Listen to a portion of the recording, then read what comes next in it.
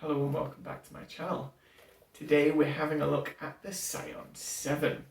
This is the consumer version of the Psion Netbook. That's right, Psion coined the phrase netbook back in 1999. It was later given to those underpowered computers of the mid-2000s, but that's not what we're looking at today. So let's take a look at the Series 7 and see what it's got to offer. Weighing in at 1.15 kilos, this was significantly bigger than most of the handhelds at the time. This meant it wasn't the pocketable solution that most people were after. But if you wanted a big keyboard and battery life to last all day, then this might be the solution for you. Let's take a quick look at the spec and then we'll look at the machine itself. So released in 2000, it's got ample RAM, a nice big screen, fast enough processor and a big battery.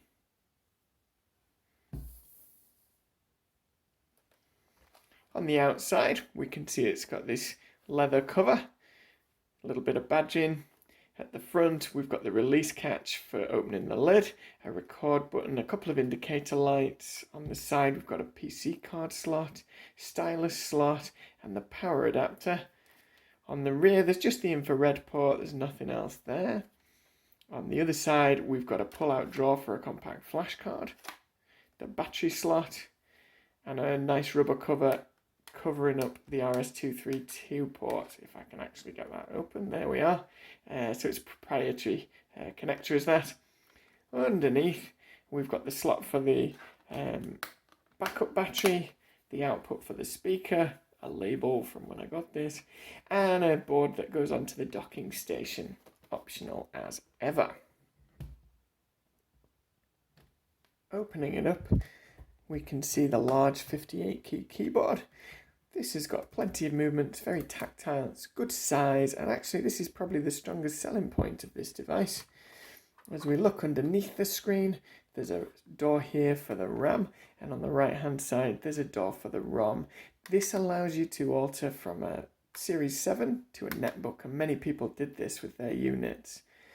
On the left side this is the power slider, and on the right this is the release for the stylus. As we have a look at the screen, it's quite big. We've got silkscreen buttons down each side, applications on the right and shortcuts on the left. These are programmable so that you can add them to new programs. Multifunctional zoom buttons, this is for beaming, obviously for editing, and then the menu key at the top, and the bottom one takes you back to the files screen.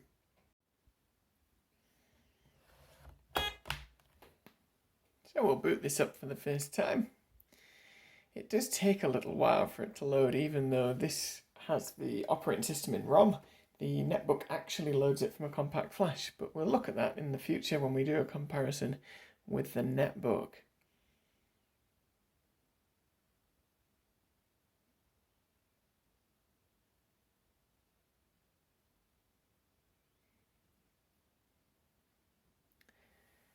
Here we are. So this is the Epoch logo. Obviously we're on the main screen. I'm just going to calibrate before we do anything else. And we're going to adjust the colours as well and contrast. Yes, we'll accept those settings. That contrast looks a bit high to me. And let's just up the brightness a bit. And I think that looks better. Lovely. So let's have a look. So this is the bookmarked folder, which is why we've got the Epoch logo. And these are bold because they're currently open. We've just booted and that's how it is. And if we close that, you'll see there's a blank screen. On the left side, we've got the menu bar, and down at the bottom, a button that allows us to change disks. Up at the top, we've got the menu key. This allows you to open files, close all files or folders, create new files and folders, delete, rename, usual stuff. We've got an edit bar, disk bar so you can swap between disks, copy disks and format them. You can also rename them if you wish. We can zoom in and out. So this can also be done using the zoom buttons. And there are 3 levels of zoom for basically everything on here. We'll pop this disk gauge up. You can see there's 12.4 meg free. And then if we move across, we've got various bits, owner information. I've not put anything in, but we could. The machine, this just tells you a little bit about it and what processor we're running, and the screen and other 58 keys. There you are. Memory, obviously, tells you what memory there is. Disk shows you the various disks. If we had others, it would show us what was available on those. And the battery, so it shows us what the battery levels are. We've got the preferences, so you can show and hide different things. So the system folder is where all the system files are kept on this particular machine or this particular operating system. So showing this allows you to see the system folder, and in here are all the applications and their data. This can be useful later for adding and removing programs, particularly where the add and remove doesn't work properly. Then we've got the control panel, which you've already seen off this shortcut here. Pretty straightforward, time and date and world clock, a little bit for power. We can have it switch on or off when we close the screen, when we shut the machine, how long it times out for. There's a bit on modems, so you can actually set up modems on here. We're not going to look at that today. There's the calibrate screen, we've already looked at that. Sound is pretty basic, so we've got screen clicks on at the moment and sounds on quiet. There's an internet system in order to allow you to connect to the internet. Again, not something we're going to do today. Printer options. So this has built-in drivers for various printers. So these are various printers. It's also possible to get some software to print PDF, which can be very useful. Currency settings, day and month settings, just basic settings there. Add and remove programs. We haven't really installed anything, but these are available for us to remove. So we'll just come out of there. You can set a password. These are to set up your application buttons on this side. So each one has a number, and you can just decide which one you want to launch which. And they also set up on this side these buttons. So this top one next to the internet, it'll tell you what you want to put on. So that's useful. Set it up for yourself. Keyboard, so you can change the delay settings. And last but not least, dialing settings. Not that we're going to do any dialing. Coming down on this side, we've got the edit keys. This works in most of the functions. As I said before, we've got an infrared beam. These are your plus and minus symbols, which allow you to go through the 3 levels of zoom present in most applications. And this one down at the bottom sends you back to the main menu. On the left side, we've got a file search. New folder, new file, sorting files and recent files.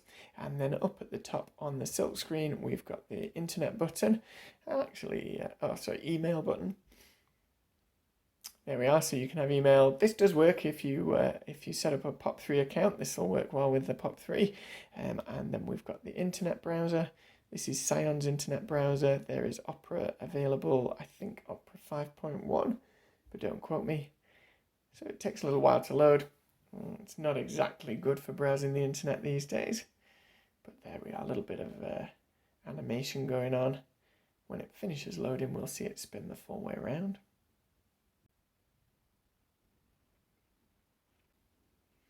There we go, sped that up a bit so you could see it. What wonderful animation. Next up, we've got the Word file. So this is a basic word processor. It'll do most of the things you want, and we'll have a look at one of the samples in a bit so you can see how powerful it is, but you can add graphs, you can put tables, and you can put pictures in it, which is much more than you can do in Windows CE. It also has a built-in spell checker, which again, early CE models did not. So from that point of view, this is pretty good. Got various heading options, a few fonts. You can add more fonts, it's not too difficult to do, and then some basic formatting settings. Moving down, we've got a sheet, which is obviously the Excel equivalent. The one thing you really can't do on this is add a second workbook or second sheet within a workbook. This is a bit frustrating at times, so you're limited to one spreadsheet. It will do graphs. There's a second mode for graphs, so it won't display the graphs in the sheet, but you can display graphs, and there's various settings for the graphs. And again, we'll look at that when we come to the sample files. Below that, we've got contacts. So the contact database is actually just a modified version of another inbuilt application, Data, which we'll come to in a minute, but is essentially a customizable database and is actually a very powerful piece of software and can be used for anything you want. Next up, we've got the calendar. The Psion agenda is very powerful. As you can see, it looks like a normal diary book and it has page tabs so you can flick between the weeks. I've put some samples in so we can have a look. Not only can you put in text for what you're doing, but you can change the font of the text, the colour of the text, you can handwrite notes, you can add record files, and you can add images to notes as well. So this is very useful. It creates a diary that lets you just glance and see everything at once. It thinks today is Tuesday the 1st of January 2002. It obviously isn't. But if we scroll down, so it's got all the to-dos, and then at the bottom is the agenda file. If we go to a day view, obviously it shows us all the to-dos at the top, and then the agenda file underneath. Heading through to the other views, we've got a busy view like we have on the Palm and on the Pocket PC. We have a year planner, so you can assign a letter to any of your agenda appointments. So we'll just go find one. We'll use sample 2. And these letters will then appear on your, when I find it, these letters will then appear on your agenda view so that you can see anything that's going on by a letter. So if you have important events, for example, or birthdays, you can assign them a letter and they will show up very easily on this view. Very handy. There's also an anniversary view. If I click the right button, there's also an anniversary view. This allows you just to obviously write in recurring anniversaries, MOTs, whatever you feel like. And then the to-do is actually built into the agenda file rather than being separate. Again, you can change the font, you can handwrite notes, you can add pictures, and you can create as many to-dos as you have memory for. One of the great things about the Psion agenda is the zoom function, which is very simple, and you get 3 levels of zoom as you do in all of the others. And the other thing that makes it way more powerful than on Windows CE or on the Palm is you can actually create more than one agenda file. Next up, we've got world time, so pretty basic. We've got alarms, a map. You can pick a place and it'll tell you what the time difference is and then set alarms accordingly. There's a calculator on here. This is a basic calculator, but there is a scientific calculator. You can flip it to either side, so if you're left-handed or right-handed, this can be handy because it brings it to where you need it, but very straightforward. There's a jotter function. Again, this just allows you to input notes. You can search them and it will date them. If we head to extras, we've got Sketch. So Sketch is just a basic drawing program, but again, it's built in, which it isn't in Windows and it isn't in Palm. It can be very useful just for jotting things down or making sketches. It's got some basic tools, so we can have circles. This version obviously is in color. On the Series 5, it's just black and white. There's a couple of different functions. The one function it's definitely missing is a fill option. So there's no way to take a selected area and fill color. Instead, you have to color it in yourself. There is a good zoom option, so you can zoom in not once but twice, as you can in most of the inbuilt functions. And this allows you to edit individual pixels, should you be so inclined. Next up, we've got the record function. So as you can imagine, you hit record, it'll record and then press play to play back. You can add to the end of recordings, crop them, rename them and folder them. So you can do quite a bit with it. Next up, we've got the spell checker. Essentially, this allows you to look up words. It will also do anagrams and it'll also do crosswords. Also has a thesaurus, which can be useful. And again, none of these functions are built in to Windows CE or Palm. Moving down, there's OPL, so this is Open Programming Language. It allows you to write new programs for your Psion on your Psion. It'll translate them and run them all within the operating system. So again, this is very powerful if you've got tasks you wish to automate or something like that. And again, no other Palm top system has onboard programming built into the software. Moving on, we have data. Next up is data. This is a customizable database allowing you to keep text files. You can again import sketches if you wish and audio files. So it's quite powerful. You can even put graphs in it. As you come across, you can change the labels. So you can add new ones. You have various options. So text, numbers, floating points, date, yes or no, and memos. The memo is a much bigger character type than text, which is limited to, I think, 256. 250 is the maximum allowed on text. You can also, in your text, you can add pictures, as I say, and then it will sort them. Once you've created your database, you can go into the label preferences. You can alter the order that they're in. You can hide some, show some, and alter the fonts that they use. As a simple database, this is actually very powerful and is a real key piece of software, I feel, for Psion users out there. Next up, we've got comms.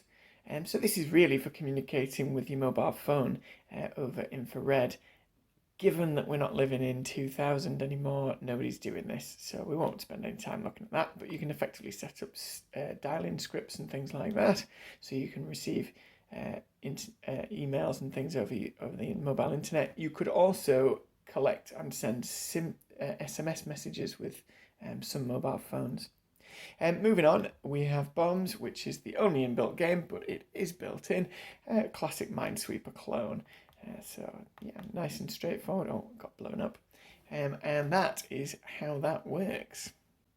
So that was a brief overview of all the inbuilt applications, and I think you can agree there's a lot going on there. This is a full operating system already there. You don't need a load of add-ons to make this work. We'll have a look now at the sample file, just so you can see how things work together. So this is a Word document. What we've got here is an imported sketch. So here's the sketch. We can edit that. Let's just put a squiggle, and you can see it goes back into your Word document fine. Various fonts to show you how those work.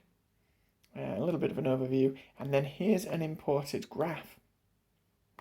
So if you go into the graph, you can change graph type. So this is done within Sheet itself. It's just that it's within a Word document.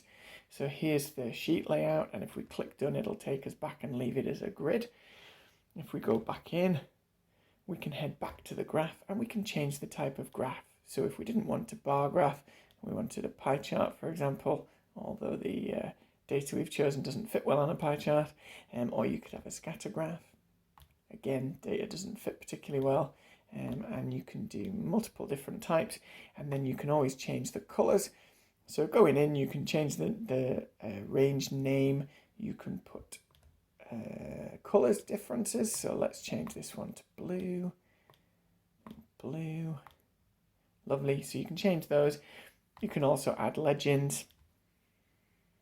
That's top left. Let's pop it in the top. There we are. So you can put your legends on so it's all there, and then it just appears in your Word document. And again, with Word, you've got 3 levels of zoom. And it's got its own built-in spell check, word count, page 8. Obviously, you can beam things like you can with most of them, various formatting systems. You can also print things. So if we head across and printing. So there's a page setup, print setup, and a print preview. Here it is in print preview. If we hit print, remote link's not turned on, thank you for letting me know. There are various printing options. So in actual fact, let me see if I can bring them up. Here, so we can change printer. So these printers, which you can still get secondhand, the software is already built into the Psion in order to print. So in actual fact, being able to print, produce documents of this quality, I think this is a fully fledged computer, and you could manage without a desktop with this. This was my daily driver for about 3 years. As an organisational tool, it is excellent. The built-in applications are very powerful and allow you to do an awful lot. What it isn't is an entertainment device. You can't play films on it. It doesn't have a headphone socket, and while you can play MP3s, the sound quality isn't that great. That said, if you want a comfortable typing experience with good battery life, this is an excellent machine. Once again, thank you for watching, and I'll hopefully see you for the next video. Bye for now.